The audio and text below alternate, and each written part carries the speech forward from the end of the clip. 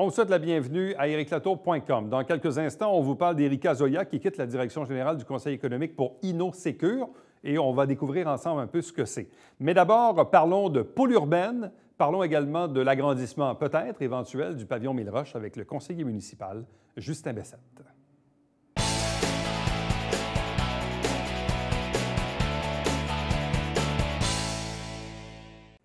Parlons d'enjeux municipaux. Le premier du côté du secteur Iberville, mais qui touche aussi toute la ville parce que parfois, les citoyens sont appelés à fréquenter le pavillon Mille-Roches qui est installé à Iberville depuis quand même plusieurs décennies maintenant.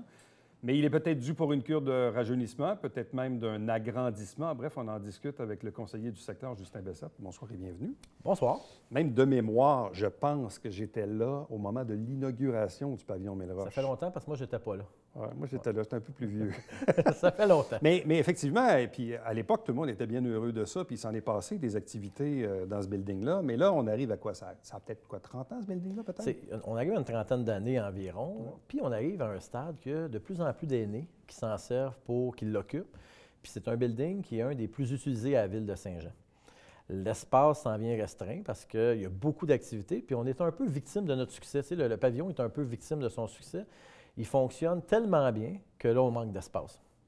Bon, est-ce que c'est un bâtiment qui a besoin de rénovation, structure, toit, fenestration? La structure va quand même bien. Tu sais, il y a quelques petites choses peut-être qui vont venir à durée de vie. La structure va bien, c'est la grandeur de la surface, dans le fond, le nombre de pieds carrés qui est manquant un peu, qui manque un peu d'espace quand ils font leurs activités. Écoute, là, on parle de... Quand ils font le souper de 400-500 personnes, ça commence à faire beaucoup de monde au pied carré dans une petite bâtisse, qui est quand même une des grandes bâtisses, mais qui commence à être restreint pour ça. Ouais. Puis avec la fusion, il y a beaucoup de gens, c'est pas le pavillon d'Iberville, il faut faire attention. Ouais. Quand on y va, puis qu'il y a des activités, il y a autant de gens de Saint-Luc, de l'Acadie, de Saint-Eugène qui y vont. C'est vraiment un lieu que les gens y vont. Il y a le quai, ils jouent au hockey. Qui est une activité super populaire. Fait que toutes les activités, ça, le dard, le pool, les cartes, ça devient que le pavillon est un petit peu petit. Là. Mais même dans l'ensemble des autres bâtiments municipaux, je me rappelle des fois, on a eu un truc au pavillon, je pense, Gérard Morin à l'île Sainte-Thérèse, ou ça peut être même à la Palestre. Donc, les bâtiments municipaux, peu importe où ils se trouvent, peuvent être sollicités par l'ensemble des citoyens. On comprend que par proximité, probablement, que les gens d'Iberville sont plus appelés à y aller. Mais c'est vraiment l'ensemble. C'est vraiment tout l'ensemble. Tu sais, quand tu y vas, tu as une bonne partie qui viennent d'Iberville, mais tu as des gens vraiment de partout qui sont là parce que à toutes les fois qu'il y a des activités, je me plais à aller rencontrer les gens, puis aller voir les gens. Puis tu as des gens de partout de Saint-Jean qui y vont. Bon. Le projet, ça serait quoi? De l'agrandir? Et si oui, de quelle superficie? Le projet, c'est de l'agrandir. La superficie, ça n'a pas été encore compté. Tu sais, les besoins réels.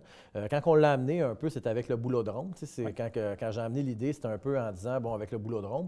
Puis l'objectif, c'est pas nécessairement de le mettre là, le boulodrome. L'idée, c'était, en ayant une salle qui a déjà la cafétéria, déjà les toilettes, ça vient réduire les coûts du boulodrome. Un peu comme qu'on avait fait l'aréna, puis c'était pas parce que c'était à Iberville ou n'importe quel point. C'était un peu comme on avait fait la deuxième patinoire à Iberville. Pourquoi on l'avait mis à côté de l'autre, c'est qu'il y avait des services comme la cantine qui évitaient de dédoubler un peu les mêmes services. L'idée du boulodrome, c'est exactement la même chose. Oui, il faut regarder le terrain, comment ça va se localiser, comment ça peut aller. Mais l'idée, c'est si on vient faire le boulodrome, bien, une fois que tu fais le toit, c'est pas bien plus dispendieux de l'agrandir, donner plus de pieds carrés, puis d'utiliser les mêmes services, toilettes, cafétéria, tout le kit. Selon les besoins exprimés, est-ce qu'il faudrait quoi? L'agrandir du tiers, le doubler de superficie, tant qu'à faire des travaux, c'est souvent ça. Moi, je pense que le doubler, ça serait quand même raisonnable, mais tu sais, comme je vous dis, je n'ai pas les chiffres. Juste la grandeur qu'on a besoin. Tu sais, puis ça dépend de quel genre de projet qu'on va. Est-ce qu'on y va avec un projet qui va servir seulement aux aînés ou on y va encore avec un projet qui va servir tu sais, mettons qu'on met le boulodrome, bien, au tir à l'arc, au boulodrome, puis aux activités X, le volleyball qui se ferait avec...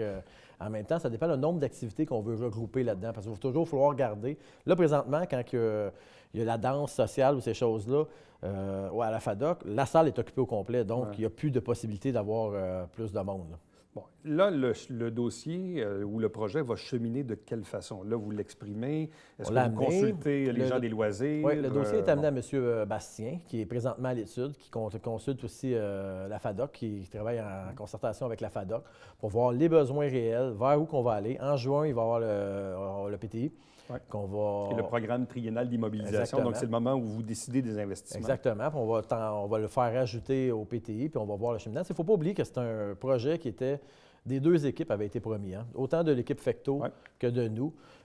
Puis on parle de projet rassembleur, bien, je pense qu'on ne peut pas s'astiner là-dessus. Là. C'est un projet qui touche vraiment tout le monde puis qui touche l'ensemble de la population de Saint-Jean. Et c'est quoi? C'est un projet de 500 000, 1 million? Ça dépend toujours de la dur à superficie. dire, ouais. Ça peut être 1 million comme 2. On met-tu le boulodrome, on ne met pas le Puis boulodrome. on le finance comment? Il n'y a pas de subvention là-dedans? Il n'y a pas de subvention. Mais déjà, la FADOC en finance quand même un bout. Ils ont beaucoup de commanditaires. Ils se financent quand même une bonne partie. Puis ça, à un moment donné, on a besoin d'installations pour les activités. Sentez-vous une certaine réceptivité de la part de vos collègues par rapport à ce projet-là? Ça serait mal vu qu'ils ne veulent pas. Je veux dire, comme je vous dis, c'était promis dans toutes les campagnes électorales. M. Fecteau était venu. Du côté Alain aussi, ils sont venus. Tout le monde est venu promettre l'agrandissement. Enfin, je ne vois pas pourquoi qu'on n'irait pas dans ce sens-là. Puis comme je dis, ce n'est pas un projet Iberville, c'est un projet grande ville qui dessert l'ensemble de la population. Là. Bon. Autre enjeu, un enjeu qui n'est pas vraiment un enjeu. En tout cas, ça dépend de la lecture dont on le fait, mais ça fait quelques années au Québec qu'on entend parler des poules urbaines. Est-ce que des gens en milieu urbain peuvent avoir 1, 2, 3, 4 ou 5, 6 poules dans sa cour ou dans son cabanon, ou peu importe l'endroit où on les met? Bon, il y a certaines villes qui ont accepté ça, qui ont passé des résolutions. Et de mémoire, ici à Saint-Jean, on avait passé une résolution sur laquelle il y avait eu un vote très serré, puis ultimement, le Conseil avait décidé que non, il n'y aurait pas de pôle urbaine. Là, on est quelques années plus tard. Est-ce qu'on sent, 4 ans plus tard, est-ce qu'on sent maintenant une certaine ouverture à ce que les gens puissent avoir des poules dans leur cour? Bien, présentement, l'ouverture est là. On ne se le cachera pas, sinon on n'en discuterait pas. Le premier projet de règlement a été passé. L'ouverture est là. Les conseillers sont d'accord à avoir des poules. Ça va dans un nouveau style de vie, de saine alimentation, d'avoir des animaux dans sa cour, un petit jardin alentour. C'est vraiment dans ce style de vie-là que ça va. Puis, juste reprendre, c'est pas 2, 3, 4, 5. On parle de 2 poules. Il y a un maximum, là. On s'enlignerait vers 2 poules. Okay. 2 poules, il y a des villes qui permettent 5-6. Oui, nous, on y était avec la logique. Là, quand on m'a demandé un peu mon opinion là-dessus. Puis, une poule pond environ 6 œufs semaine. Fait que si tu en mets 2, tu es à une douzaine par semaine. Le but, c'est pas d'en faire un commerce. Là. Fait que à 5, tu te retrouves avec 5-6 douzaines, tu en as un peu trop. 2 poules vont alimenter une famille tout l'été avec des œufs. Puis c'est un peu ça l'objectif. C'est pas d'en faire un commerce, c'est pas d'en faire la vente, c'est pas... Vraiment à usage domestique. Exactement. Pour les voisins, là, c'est-tu dérangeant d'avoir des poules dans sa cour? Quand on parle de poules qui sont... Puis c'est pas des poules lousses là, aussi. Là. La réglementation, on s'accote un peu sur la réglementation du MAPAC. C'est un poulailler fermé qui peut soit se déplacer dans ta cour, qui est sur roue.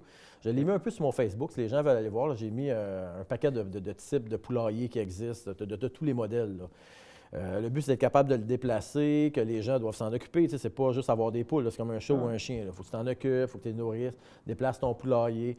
Si tu conserves l'hiver, il faut que tu aies une lampe chauffante à l'intérieur, il faut que tu aies une partie isolée. Les poules survivent. Souvent, on pense que les poules survivent. C'est mon autre question. Les poules d'hiver, on fait quoi? Les poules survivent très bien l'hiver. Il faut juste avoir un espace isolé. OK, mais s'il fait moins 10 dehors ou moins 20... Si tu as une lumière chauffante, il n'y a aucun problème. Là. Ah ouais? Puis tu as des poules aussi qui s'adaptent mieux au climat. Tu as des poules plus rustiques. Mais ça ne fait pas de bruit, là, je veux dire, ça... Pour le voisin non, d'à côté, absolument rien. Il n'y a aucun son. Là. Pour une poule, il n'y a absolument aucun son. L'odeur? Bien, l'odeur, c'est comme un chien. On ne se le cachera pas ou comme un chat. Là. Je peux pas dire. Si tu t'en occupes, il n'y en a pas de problème. C'est sûr, d'un matin, tu laisses la poule à la même place pendant tout ton été, bien, c'est sûr que ça ne sera probablement pas. Mais le chien, c'est la même chose. Ton chien va aller toujours à la même place, ça va être la même chose. Il faut que tu t'en occupes. C'est toujours une question de s'en occuper. Là. Et là, est-ce que le règlement est en vigueur ou sera en vigueur? Sera en vigueur. Il n'est pas encore en vigueur. OK. Ouais. Fait que ça s'en vient vers ça. Mais tout le monde avait l'air, c'est pratiquement acquis, là, que tout le monde était dans cette lignée-là. On ne vendra pas la peau de l'ours avant de l'avoir tué, mais ça s'en va dans ce sens-là. Bon. Je vous ai vu dans les derniers jours avec des bottes de pluie. Oui. Parce qu'en fait, là, on le sait, on est comme mi-hiver, mi-printemps. Parfois, il fait chaud, parfois, il fait froid. Donc, et on sait, dans le secteur où vous êtes, le secteur sud de Saint-Athanase, c'est le Festival des pompes. Est-ce que la Ville a déjà commencé à installer les pompes? Oui, les pompes sont installées. Tout est déjà installé. En fin de semaine, depuis jeudi, vendredi, samedi, qu'il y a eu un redout, que j'ai commencé un peu à aider les citoyens. À tous les ans, je me pose. J'ai toujours dans mon camion une pompe, un système de ventilation pour les sous-sols quand il y a des problèmes. Ouais.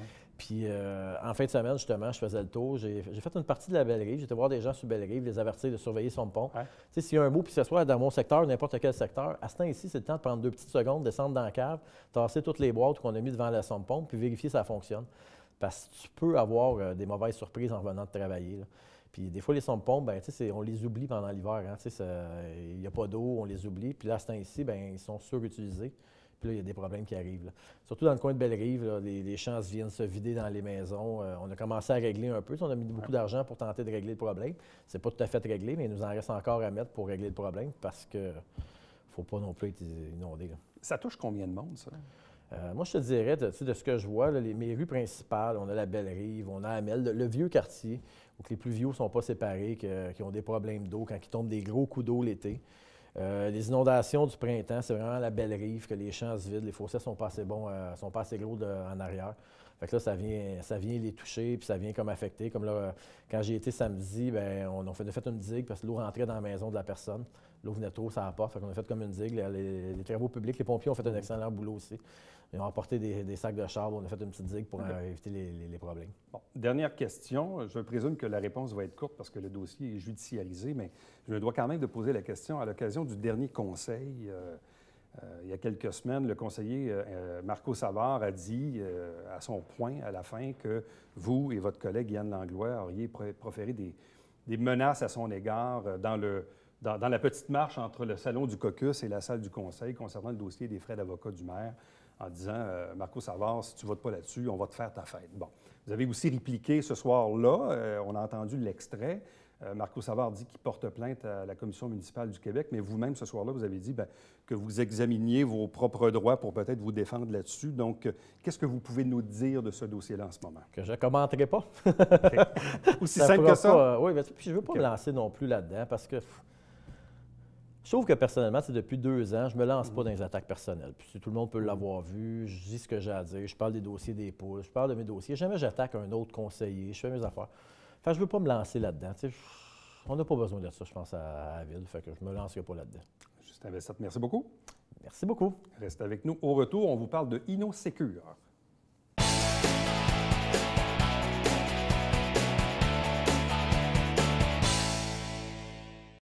Mesdames et messieurs, bonjour et bienvenue à la Justice entre nous. Mon nom est Serge.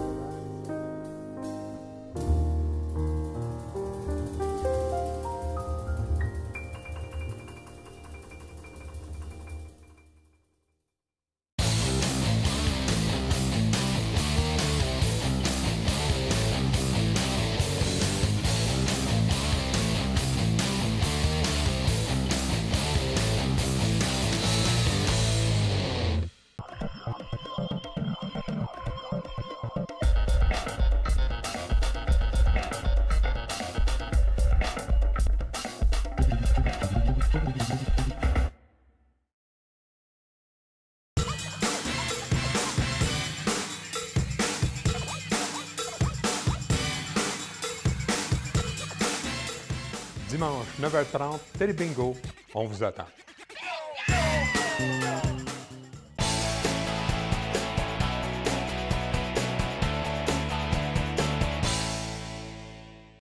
Il y a quelques jours, voire quelques semaines, on apprenait le départ d'Erika Zoya de la direction générale du Conseil économique du Haut-Richelieu.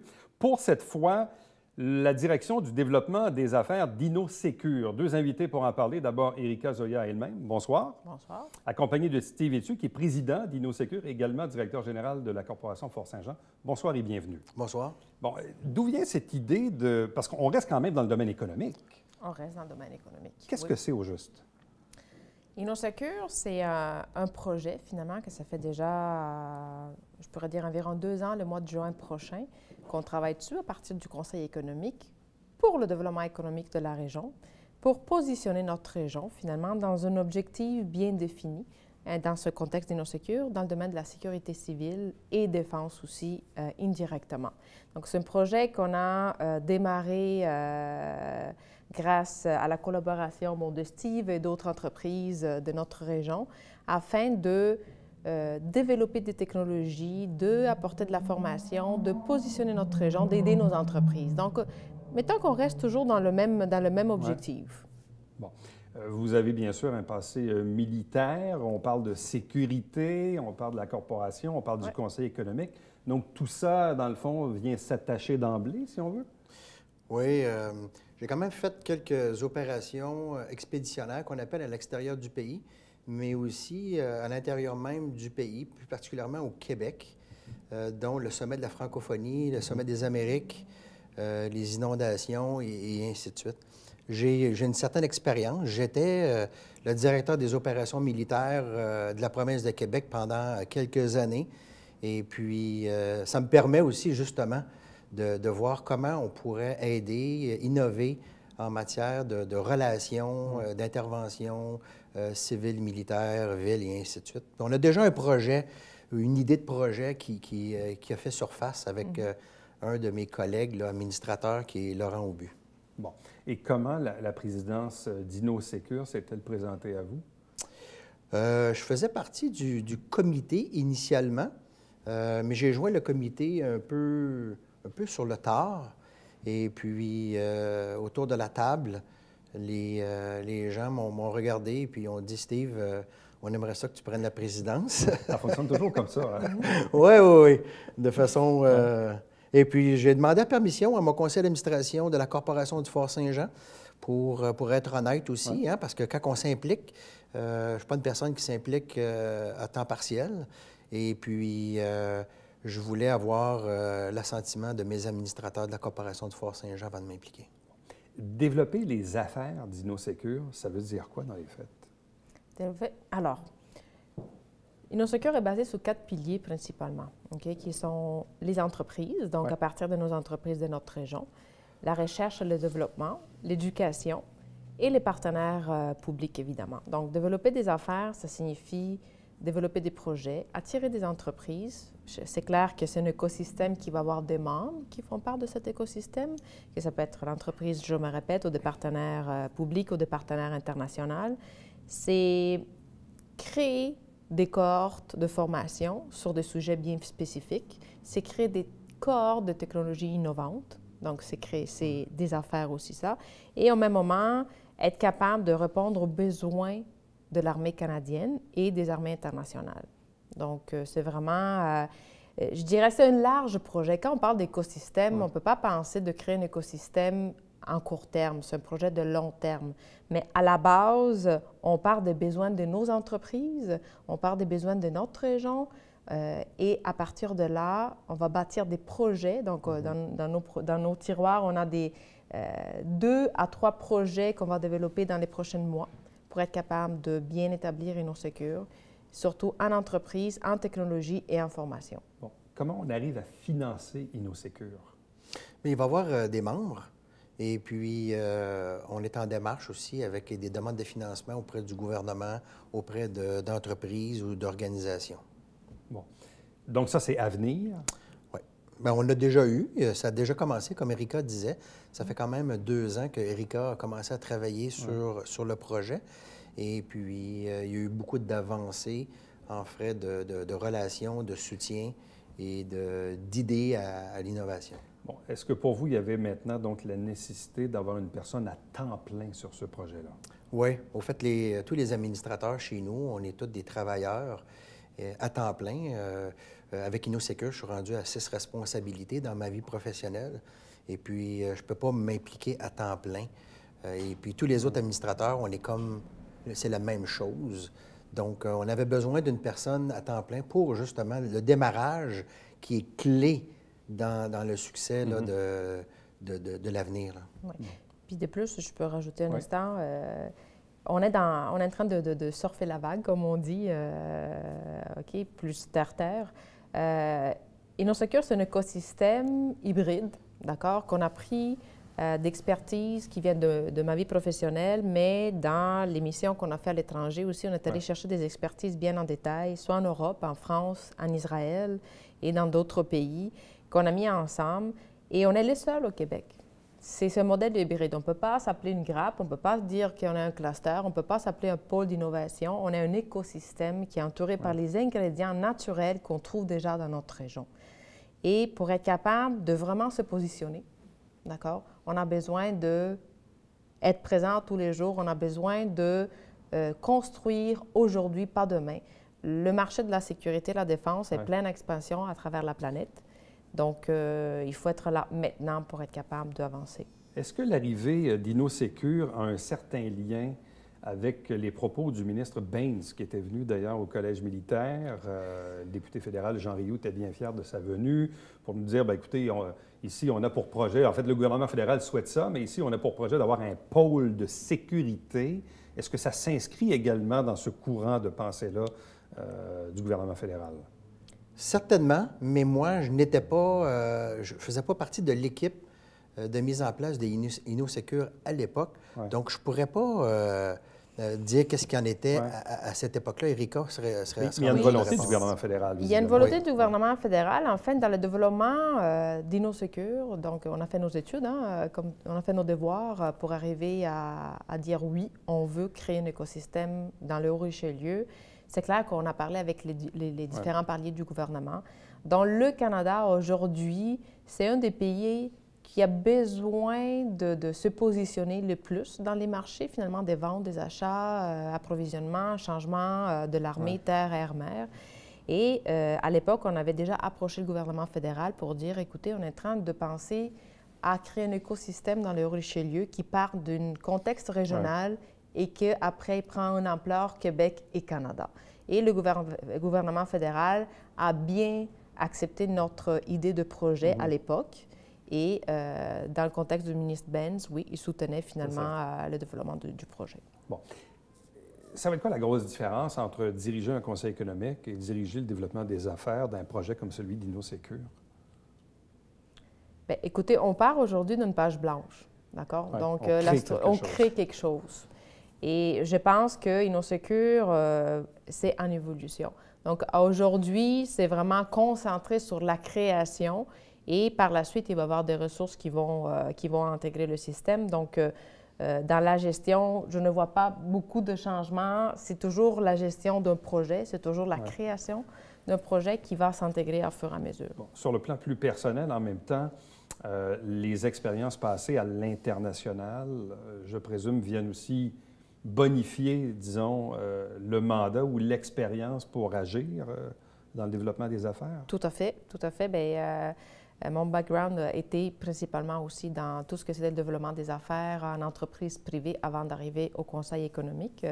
Et quand même, le développement des affaires pour le conseil économique, c'est quelque chose à tous les jours parce qu'on a 220 entreprises manufacturières dans la région que ce sont des clients, entre guillemets, qu'on doit offrir des services. La même chose pour InnoSecure.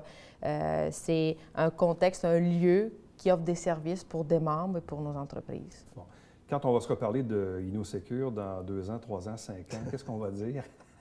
C'est une boule de cristal un peu, mais c'est ça, c'est-à-dire que c'est là aujourd'hui, on démarre quelque chose, c'est un peu le syndrome de la page blanche, on est en train de créer quelque chose, les éléments sont tous réunis, mais c'est quoi les objectifs ou les rêves les plus fous qu'on a sur l'avenir d'InnoSecure? Être un incontournable dans la région et au pays en matière de sécurité publique. Aider les entreprises, travailler en synergie, développer en équipe et puis aider. Ouais. C'est vers là qu'on s'en va. Et quand on parle de sécurité, bon, à prime abord, on voit parfois de la sécurité physique, mais aujourd'hui, il y a aussi de la sécurité informatique. Cyberdonnées, oui. C'est ça, les cyberdonnées, c'est rendu le nerf de la guerre. Donc, pour vous, quand on parle d'innovation et de sécurité, ça vous dit quoi? Ça rime à quoi? Au niveau de cyberdonnées?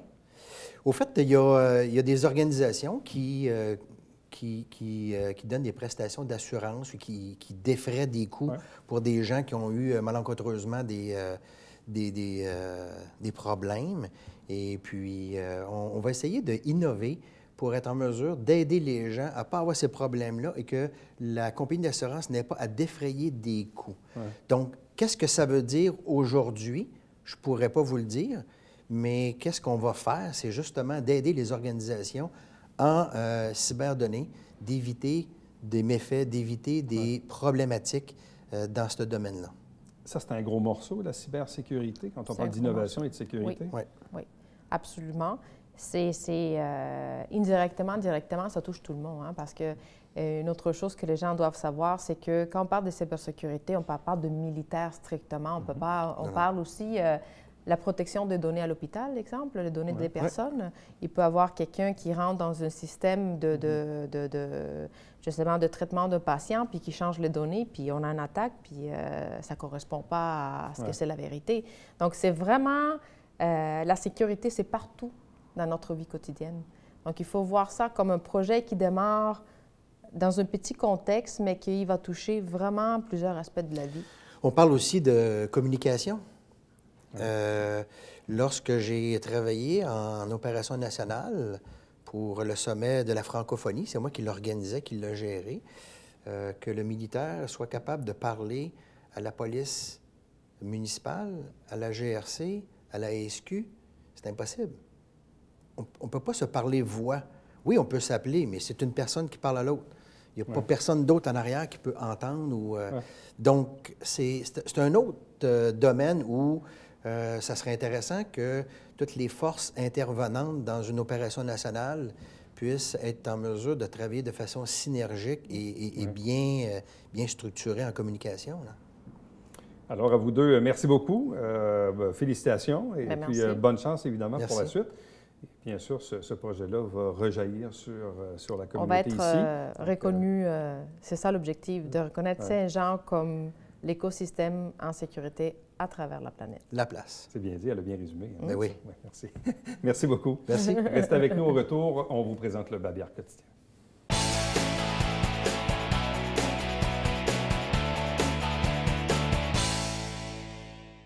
Dimanche, le 26 mai, toujours au parc Beaulieu, dans le quartier NDA à Saint-Jean-sur-Richelieu. C'est la marche pour l'Alzheimer, mais en plus de cette année, il y a aussi un grand pique-nique. Donc, si ça vous intéresse, il y a différents défis aussi. Donc, allez faire un tour sur le site Internet, peut-être pour voir un peu comment vous inscrire à l'avance. Vous savez qu'à chaque semaine ici, on regarde le conseil de ville, qui ces temps-ci est à peu près une fois par mois. Il y a une séance régulière par mois. Avec cette captation, on choisit des extraits les plus pertinents qu'on répartit sur 4 semaines. Et ça s'appelle Saint-Jean-sur-Richelieu. Et l'émission est en ondes et se retrouve également sur le web dans les jours suivants. Chaque dimanche matin, 9h30 en direct, c'est le Télébingo avec 4 000 $ en prix, 30 dépositaires pour acheter vos livrets. Et pour avoir la liste des détaillants, allez sur tvhr9.com. Notre prochain rendez-vous, c'est bien sûr demain. Bye-bye.